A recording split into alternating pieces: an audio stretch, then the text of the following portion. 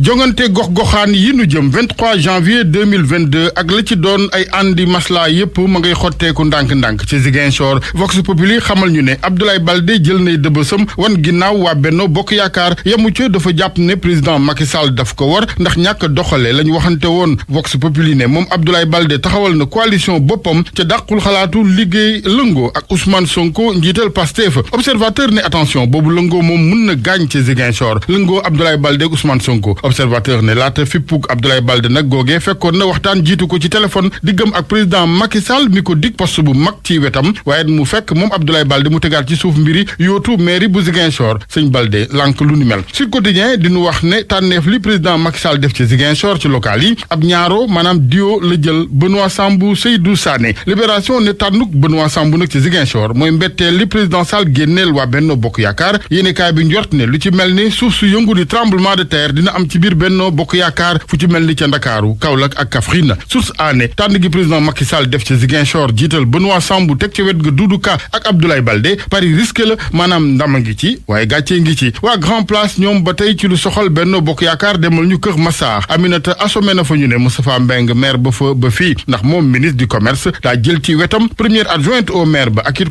coordonnateur LDR Yeesal bu Kër Massar yéene kaay bi ne responsable yu fa bari foofu ci Kër Massar ñu ngi sàkku sax ci président Macky Sall mu jiital soxna Assom Aminata Diatta ci Sénégal yépp nag ñu jiital ngir coordonné Benno Bokk Yaakaar ngir local yi Vox Populi ne Amadou Ba la moo waral yéene kaay bi jàpp ne moom Amadou Ba ñëwaat na ci géew bi ca Ndar Vox Populi ne réeroo gi du ci biir Benno Bokk Yaakaar rek nde foofee ci biir Yewwi Askan Wi FSD Benno Jubal ñooy ñaawlu sart yuñ fa xotti ñu ne lépp ngir écarter dindi Cheikh Bamba Dièye jiital Aba Mbaye ay njuuj njaaj politique la ko moom Cheikh Bamba Dièye jàppee dañuy des ca Ndar ak lu soxal professeur Mary Teuw Niane source aané moom na mu ko ni waxee woon rek la ko doxale maanaam kenn du toog Ndakaaru tànnal mbër waa Ndar jël na yoonu boppam ci drapeau parti de l'espoir et du progrès di coalition bu mu séq ak it ay membre société civile bu diwaan ga la xew ca Tiwaawoon moom dafa yéeme lool ndax yàpp fa ànd ak jën ci gis-gisu yéenekaay bi di réew mi mu xëy xamal ñu ne waa taxawu ak benn xaajab Yewwi Askan Wi ñoo fa àndeek Benno Bokk Yaakaar dañuy des ak politique gi ak ñenn ñiy wër di wax fan yi ci turu Macky Sall Yakham Mbaye ci Le Soleil ne loolee Macky Sall yëgul tinul ca dara jotalewu ko ak yooyu kàddu du kàddu yu Mahmoud Saleh du yu Mame Mbaye Niang ne observateur moom ñu ànde woon ak ndem si yàlla Alioune Badara Cissé la xëye tey di wëllëreem la nu bëgg ci président Macky Sall mooy ak sargal jëm ci moom ABC ndax hommage bu rëy buy siggil réew mi Sénégal warloo na ko ak moom ñu ne xanaa kay li ñuul rek mooy daa am ñu jege président ay yàqkat ci seen gis-gis ñu bëggul a gis àndab démb dañuy jeexale lamb ji ak sunu lamb mi ñu indil coowal MMA gi ak xëm gi Bombardier xamoon ci tugal rëg-rëg moom xëm gi yéemu ko di kaw bi ndax dafa gis ne lu mën a arrivé la ci sport de combat la ñu ne waaye Doudou Diagne Diecko jiite amateur yi moom gis-gisam dafa wuute ak bu rëg-rëg danger la jàppe MMA gi dañ ko war a teere Sénégal sax mu ne leneen ci sunu lamb kàddu yi Mohamed Ndao Tyson mbëru askan wi mu ne Gaston Mbengue mooy le père des promoteurs. Baldé ne war weesu woo ko waral nag mu ne dogoo nag ñii di waa coalition présidentielle Benoît Sambou nag miñ fa tab mu nekk candidat rafetewul doxalinu kii di Abdoulaye Baldé di nga leen dégg ñoom ñaar ñëpp ci biir xibaar yi maire ba futu foofee ca hôpital bu Ourossogui ña fay liggéey nag li ko waral mooy li ñu yokk ndàmpaayu directeur bu bërëb fajukaay boobee nag waaye tamit maire boobee boole ci beneen maire muy bu agent membre bu SUTSAS li nag di loo xam ne waral na ba ñi amee feebar roño mën nañoo noyyi ndax ñoom ñoo ñu doon fajoo ci institut clinique bu perfectionnement fii ci Ndakaaru bu ñu daal di tëj ndax ñàkk fay location la ko tàmbalee tey ci àllarba bi dinañ leen jël en charge ñoom ñëpp amee li di feebaru roño ñu tam waxtaane ba tey ci ñaareelu pàcc xibaar tàggat yaram yéene kay ci technique bi Abdoulaye Diop Yacine Pouy ci digital bi asalaamaaleykum.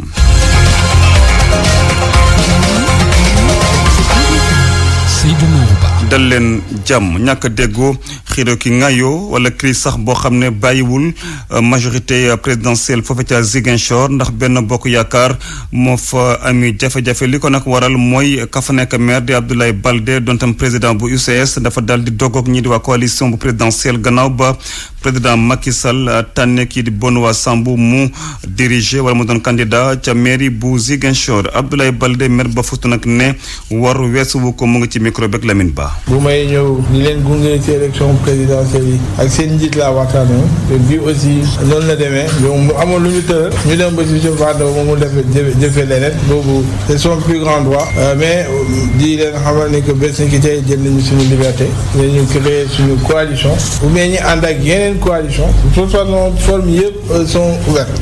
dinañu discuter ak ñëpp ñun déjà nañ constituer suñu bloc et puis laaj loo xam ne moom la ñu war a laaj et puis lépp loo xam ne war nañ ko def pour intérêt Ziguinchor dinañ ko def. ñu bëri dañ jàpp ne ni déjà Pastef boo moytuwul sax nañu toog waxtaan pour ngeen mën a ànd ak Sonko. du Pastef rek maa ngi waxtaan ak parti yu bëri parti d'opposition yu bëri woon nañ ma ñu nekk fii ñu nekk feneen donc je pense que là nous on est ouvert dinañ discuter si lépp loo xam ne moom mooy njëriñu Sénégal njëriñu suñu dëkk dinañ ko def. divorce am na sa diggante ak Benno. mais dañu musul sëy booy ay xam ne peut-être que dañ doon ngoro mais ngoro bi sax. monsieur le maire est-ce que jàppoon ni Macky Sall dafa trahir ginnaaw bi nga jëlee ay décision yu métti. loolu lay nuroo de toute façon man béy naa sama waat bu ñu dajee bu ma sëgg peut-être que moom mooy sëgg lépp loo xam ne waroon naa ko si suñu diggante def naa ko moom moo nekk ak conscience am man ma nekk sama bos. ki tam di Benoît Sambou mañ fa tànn yëkkati na ay kàddu rafetluwul doxalinu maire bu Ziguinchor Benoît Sambou ci téléphone bi ak Serigne Saliou Seck. di sant bu baax président de la République Macky Sall ci confiance bu mu am ci man pour teg ma comme candidat pour mairie Ziguinchor daf ñoo woo tey pour que ñu diisoo ak moom ci naka la ñuy tëdëree investiture yi ca département de Ziguinchor mu convoqué ci Abdoulaye Baldé maire Ziguinchor convoqué ci Doudou Ka convoqué ci Seydou Sané convoqué ci man mi Benoît Sambou waaye bañ ñëwee ci réunion bi Abdoulaye Baldé moom ñëwul te xaw ma lu tax ñëwul di fàttali ni mercredi bi passé président recevoir na ko ñu waxtaan et que président newoon na ko vraiment fu mu toll nii compte tenu moom niveau am statut am ak li muy xaar ci moom ak li mu bëgg ci moom bëgg na mu ñëw ànd ak moom ci biir gouvernement bi wala ci benn institution ci réew mi pour que ñu mën a gën a liggéey Sénégal gën a liggéey Casamance tey président boobu ñëwee tamit mu fàttali ñu ko mais moom loolu wax na ko Abdoulaye Baldé malheureusement moom gisewu ko noonu et que ñun ba mu déggee ni finalement président de la République man la désigné comme candidat ci mairie bi mu def sortie ne dañ koo trahir ma jàpp ni nag wax boobu man rafetlu ma parce que ñëpp xam nañ diggante président de la République ak Abdoulaye Baldé et que tey ñun ñëpp d'accord nañ ni Abdoulaye Baldé weesu na nekk maire tey yaakaar nañ ko fu gën a kawe pour que mu mën a jàppale Casamance tey mu taxaw ne ànd nag opposition loolu tey na xel rafetlu ma ko àndandoo diisoo la àndandoo waxtaan la àndandoo juboo la et que doone rek ci àndandoo bi bu ma amul lii rek damay bàyyi. bu dee nag dañoo daal di tànn kii di Benoît Sambou mu nekk candidat ca commune bu Ziguinchor naka noonu Seydou Sané di président bu Casa Sport la ñu tànn ngir mu doon premier adjoint bu maire ba ca département ba. pour man RFM mooy rajo bi gaaw ci xibaar yu wóor. RFM xibaar yu wóor te wóor. centre hospitalier maanaam bërëb bu fajukaay régional foofe ca Ourossogui ñafane dañoo met ba futtu ndax sax ay agent yu yëngu ci paj mi bokk tamit ci SUTSAS ñoom dañoo àndul ak li ñuy yokk ndàmpaay yu kii di directeur ba maanaam mu ëpp lu toll ci million ci suñuy koppar ñoom ñooñu daal jàpp ne kii di directeur bu hôpital boobee dafa rek bëgg dund ci seen i kaw leexalikaal yi bandel ñoom. jàmm doxatul diggante ñenn ñu liggéey ci hôpital bi ak directeur centre hospitalier régional bu Ourossogui la ko waral nag di ay koppar bi nga xam ni lu xaw a ëpp 1 million la ñu jagleel directeur bu bees bile mu safaanooloon nag ak bëgg-bëgg ak yëg-yëgu agent yooyu lay jàpp ni ñi ñuy dundee ci hôpital ba kat metti na ba jéggi dayoo sitting la ñu amal ci hall hôpital bi dajak way tëskatu xabaar yi wane seen naqar bu baax. alors bi mu fi ñëwee léegi mais li ñu seetlu ci moom mooy depuis que bi mu fi ñëwee waxu xaalis dong lay wax day dem sax bay taqale moom li muy am ci ay prime ak chirurgien yi nga xam ne ñu ngi ci bloc di opérer jël na këram équipe ko ba mu mat ci kaw hôpital loolu posé wuñu problème parce que mooy directeur mais ñi li ñu posé problème tey mooy prime yi nga xam ne moom la ko hôpital di jox par weer wu dee te mu di ko jox personnel bi yëpp mu jëlee ko ci 600 000 pour boppam yóbbu ko ba ci 1,90 000 francs nit ñi laaj ko pour personnel bi des lan la ñu war a am mu ne dara te loolu ñun ñëpp ay liggéeykat lañ dañ ko dul nangu parce que li ko fi indi moo ñu fi andi li ñuy ñaawlu nag di ko ñaawlu trop mooy conseil d'administration bi ni mu taxawee ci mbir moom dañoo dem def li ñuy def te dégg nañ sax ci biir réunion bi am na ñu ciy wax ne waaw directeur loolu ñu ko yokkal weer yi passé sax dañ ko war a rattraper fay ko te ñu ngi woo nag les autorités supérieures parce que ñun liggéey moo ñu fi indi am lu ñu lew lu ñu am yóbbu ko suñu njaboot du ñu toog nag di seetaan benn nit jóge fële nit ñëpp bokk liggéey ko moom mu taxañ yëpp def ci poosam dem. donte nag bi fi directeur hôpital boobee ñëwee ba léegi nemmeeku nañu daal am na tan ci sous-effectif bi ñu doon yàgg joytu rawatina ñàkkum ay médecin waaye li am ba des condition de prise en charge personnel bi moom bëri na ay rumandaat yi ñuy faral di dégg ci kër gi lee mu nekkoon seen naataango Ali Bandel ñaa fi ci doonu Matam pour RFM. waaye tamit directeur ba boobule hôpital jot na ci àddu di docteur Ousmane Gueye ne moom musul laaj dara dogal boobee conseil d'administration moom moo ko daal di jël ñu déglu ko ak Bandel ñaaw. man bi may jël service fekk naa ñoom ñiy revendiquer ay prime de garde astreinte mu war a toll ci 20 millions par an ay logement pour 13 surveillants de service fekk naa fi aussi 16 agents stagiaires rémunérés yoo xam ne daw ñu am motivation mais li gën a garaaw te mosu leen a yëngal mu jaaxal ma fekk naa fi aussi pédiatrie benn nit képp mooy garder 16 heures ba 8 heures du matin benn jigéen wala benn góor benn infirmier laa fekk muy garder urgence benn infirmier laa fekk muy garder médecine ñu léegi bi nga xamee problème yooyu listé nañ poste li ñuy fay directeur def ci bokk bu doon lu ma préoccupé ba ma accès laa ko ci taabal ñu dox ba yi ma la wax yépp réglé nañ ko ci kàttanu yàlla ak ndimbalal ministère de la santé mi nga xam ne may nañu matériel lu toll ci 300 et quelques millions alors bu activité bi yokkoo ndax matériel boobu ñuy jox léegi nag am nañ seen liberté bu fekkee dañ ne problème xaalis rek laay wax kon ñoom li leen tax a toog foofu lan lañu revendiquer bu dul xaalis maintenant le directeur liggéeykat la kenn ci membre conseil d'administration bi ne ban entreprise publique lañ gis boo xam ne directeur bi ay chef de service am ñoo ko ëpp salaire. ba tey ci wàllu paj mi ñu nag waxtaane ñi amee feebaru roño gis ngeen nag jafe-jafe yu ñu amoon fan yële weesu ngir ñu jël leen en charge ndax institut clinique bu ñu doon fajo dañ ko daal di tëj ndax ñàkk fay location waaye nag mun nañoo nooy ndax la ko tàmbalee tey ci àllarba bi ñoom ñëpp dañ leen a fas yéene jël en charge Serigne Saliou Seck. ki jiite association ñi amee jàngoroy roño woy di artu ci tolluwaayu malade yi bàyyeekoo ICP. Astu Ndiaye. ñun daal suñu toll nii daal malade yi moom jëluñu ñëpp. am na nag benn environ 38 à 40 boo xam ne placé nañ leen mais nag jëluñu sax la moitié. parce que 38 sur plus de 85 ça veut dire que jëluñu la moitié. léegi le problème mooy on sait très bien que liggéey bi difficile na pour amal leen place mais y a des gens que cas yoo xam ne c'est plus urgent ma soxla woon ñu jël leen temps yëpp maa ngi topp mais awma gain de cause ñu dimbale ñu jël malade yi yóbbu leen faj leen. bu nu sukkandikoo ci directeur de la lutte contre la maladie lu ëpp juróom fukki malade defal nañ leen dialyse te it ñi ci des dinañ leen tàmbalee faj ci àllarba bi docteur Babacar Gueye. am na juróom fukk ak juróom-ñeent yoo xam ne am nañ seen tur seen sant seen numéro téléphone am na équipe ba nga xam ne ñu ngi fi wonañ leen ñoom personnellement orienté leen ci structure de santé yi. donc loolu day wane nekk tey ministère bi taxaw na tem pour dimbali ñooñu doon faju ci structure boobu ICP pour yokk capacité structure yooyu donc si yokk suba incha allah nañ am en plus su toll si ñaar fukk ak juróom loo nga xam ne ci place la pour ñu waxoon sànq di leen jëloon en urgence ñu ngi leen insérer définitivement si am na benn équipe ba nga xam ne fi may wax ak yow nii taxawuñu tooguñu ñu ngi toog fii di topp loolu kese la ñuy topp. ci fàttali kenn ci ñi amee jàngoroy roño jot naa ñàkk bakkanam niki ayu bés bi ñu weesu. li nag di campagne de vaccination maanaam dem ñàkk li nga xam ne moom mooy jur gi foofa ca ranch de Doli wala sax ñu koy wax léegi feu Djibo Leytika ca département bu Linguère campagne bi nag li ko tax a jóg mooy fexe daal ba xeex jàngoro bi nga xam ne moom mooy faral di dal jur gi ba sax lu ci bëri di jaaree fa nax say lu ci mel ni daal dermatose modulaire ak yeneen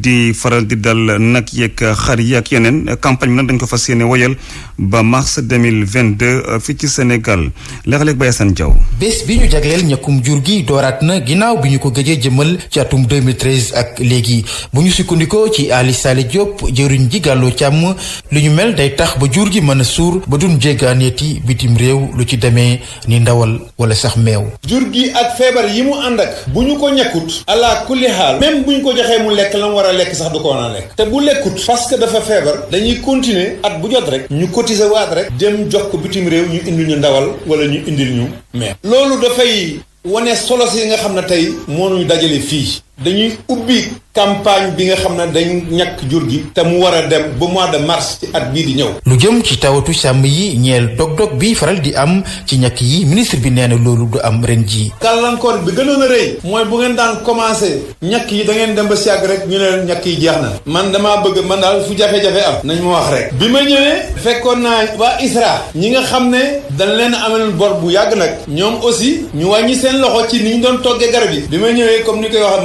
mati ba fay leen bor bi. campagne bii ñu nekk nii def naa ne waa SA yi ñoom ñoo ñu ameel xaalis parce que ñun dañ leen avance ne leen toggal leen ñu ay garab pour ñu bañ a arrêté. loolu également fexe nañ ba mu am. waaran ci booka bu dolli jooytu nan yeneen i tawat jëwriñ ji lu si mel ni anam yin ko war a yore ak jàppandal jëm ci réseau téléphonique ngir ñu mën a gaaw woote saa bu daay amee jëwriñ ji daal di nay xibaar tamit dellu seeg bés bi ñu jagleel càmm ci Sénégal gépp te jàpp ko 20 fan ak juróom-ñaar ci weeru novembre wi ñuy séentu. Baye Assane Diaw dolli rajo Futur Media. Baye Assane Diaw fukki simili ak ñaar moo tegu ci juróom-ñetti waxtu fii ci rajo Futur Media. RFM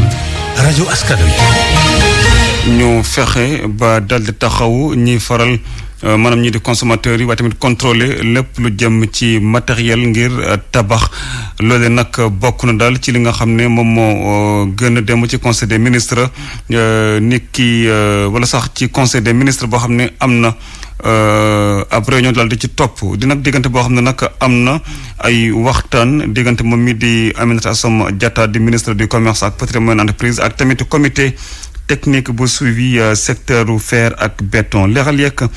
moom mii di Aminata Assome Diatta ci micro bi Abdou Diouf Diagne. gis nañ ni président de la république ci fan yële ñu génn rek jox na instruction gouvernement du Sénégal pour ñu xoolaat li nga xamante ne moom moo jëm ci matériaux yi ñuy tabaxee kër yi waaye aussi normes yi nga xamante ne moom la ñuy respecté ci wàllu matériaux de construction nag ministère du commerce am na pàcc bu mu ciy joué ndax fer à béton bi am na boo xamante ne dañ ko ciy importé te balaa ñu koy dugal fii Sénégal dafa am contrôle boo xamante ne ministère du commerce da koy def à travers division de la métrologie. comité bi nag moo waral liggéey boobu yépp ndax comité bi moo liggéey ba ñu am ay normes ba tey jii ñu mën a def contrôle boobu looloo tax ñu réunir comité bi pour woyal ndigal yi nga xamante moom la ñu président de la république jox waaye tamit sensibiliser ñu gën a bàyyi xel ci fer bi nga xamante ne moom la ñuy produire Sénégal waaye tamit moom la ñuy importer ba nga xamante ne fer bi war na méngoo ak normes yi nga xamante ne moom la ñu tëral waaye tamit mu nekk fer boo xamante ne dafay favoriser concurrence bi ndax bu fekkente ne fer bi ñu dugal surtout bi nga xam ne dañ ko importer tolloowul longueur ak fer bi nga xamante ne moom la ñu produire localement concurrence bi day daal di faussé ndax bi ñu import prix bi day gën a baax lu ëpp bi nga xamante ne normes yi nga xamante ne moom la ñu autorisé donc loolu yépp dañuy woo comité bi mu gën cee bàyyi xel pour non seulement ñu protéger ñi nga xamante ne moom mooy les acteurs économiques waaye tamit veiller ci qualité fer bi ba nga xamante ne dinañu assurer sécurité consommateurs yi.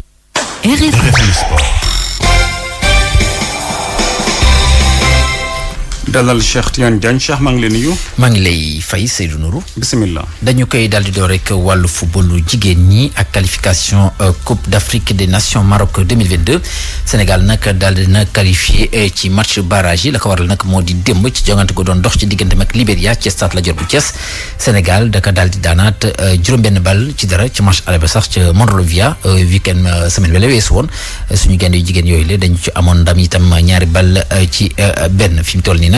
ñoom la leen dese moo di lii di barrage bi barrage googu sax seen digg ak Mali lay dal di doon waaye laata loolu rek ñu daal di dellu si jongante ki nga xam te ne démb ñu ko doon amal ci stade Lat Dior bu Thiès seen digg ak Libéria ci teewaay Cheikh Anta Diop. Premier coup de sifflet, les Lions du Sénégal mettent la pression sur les ñuy jéggalu fileek xam naa lu yàggul rek dañ daal di kon bokk déglu ki nga xamante ni moom moo di Cheikh Anta Diop mu daal di dellu ci jogante gi nga xamante ni démb moo amoon ci stade Lat Dior bu Thiès diggante Sénégal ak Libéria. daanaka ñeenti simili lañu football Sénégal def pression ci équipe bu Libéria si le numéro 10 bi di Awa Diakhaté dugal bit bu njëkk. ñaar fukki minutes ak juróom-ñeent ñeent fukki minutes ak ñeent ak ñeent fukki minutes ak juróom-ñaar Ngenaar Njaay dugal ñetti bit bu Sénégal Mam Diop it moom dugal ñaari bit bi ñu fubalee juróom-benn fukki simili ak ñaar ak juróom-benn fukki simili ak juróom-ñaar.